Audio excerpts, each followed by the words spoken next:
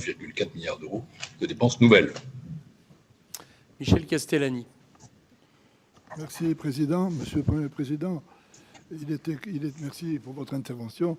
Il est écrit dans le programme de stabilité que selon l'indicateur S2 de soutenabilité long terme, c'est écrit en toutes lettres, la stabilisation de la dette ne serait pas assurée si le solde primaire était maintenu au niveau actuel. Ça pose ipso facto, bien entendu, la question de la relance de la croissance, qui est une dynamique indispensable. Or, je vois que le taux d'épargne des ménages passe à un taux très bas finalement, il va plonger à 16,5, donc ça suppose que la consommation des ménages ne va pas servir d'accélérateur de croissance.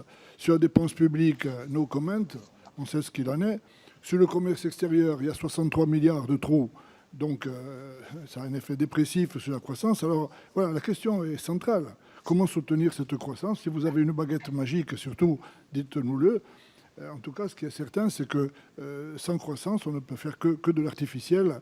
Vous le savez bien.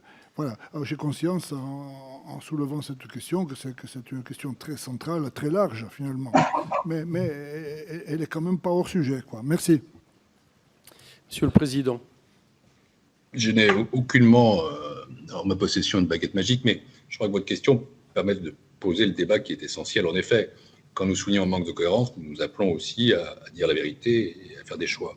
Et la question, c'est comment peut-on rendre compatible une prévision de croissance élevée avec un effort d'économie en défense massif qui aboutit à une pente extrêmement forte de diminution des déficits. C'est là la question que nous avons voulu soulever dans cet avis. Et la réponse n'est pas tout à fait là. Juste pour répondre à votre question, si je l'ai bien comprise, ce que je crois, en effet, les prévisions de croissance sont plus raisonnables sur 2023, 2024, 2025. Elles diminuent de 0,8 points. Mais ensuite, on repasse à des prévisions de croissance qui sont élevées à 7 et 1,8, qui supposent, par exemple, une relance massive du commerce extérieur. Je suis à New York, là. Il y a dans quelques mois ici une élection présidentielle. Si un des candidats est élu, ce n'est pas vraisemblable qu'on ait un effet sur le commerce qui soit vraiment de nature extrêmement dopant. Si vous voyez ce que je veux dire, sans me prononcer sur ceci ou cela. Deuxième chose, en effet, et vous l'avez justement noté, on prévoit un taux d'épargne des ménages qui serait historiquement bas, ce qui n'est pas absolument impossible, mais c'est contraire à tous les comportements qui ont été observés ces derniers temps. Et donc, ces prévisions de croissance sont déjà élevées. La question, c'est, elles sont déjà élevées en soi.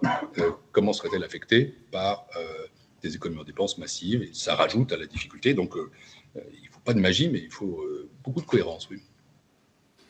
Merci. On va passer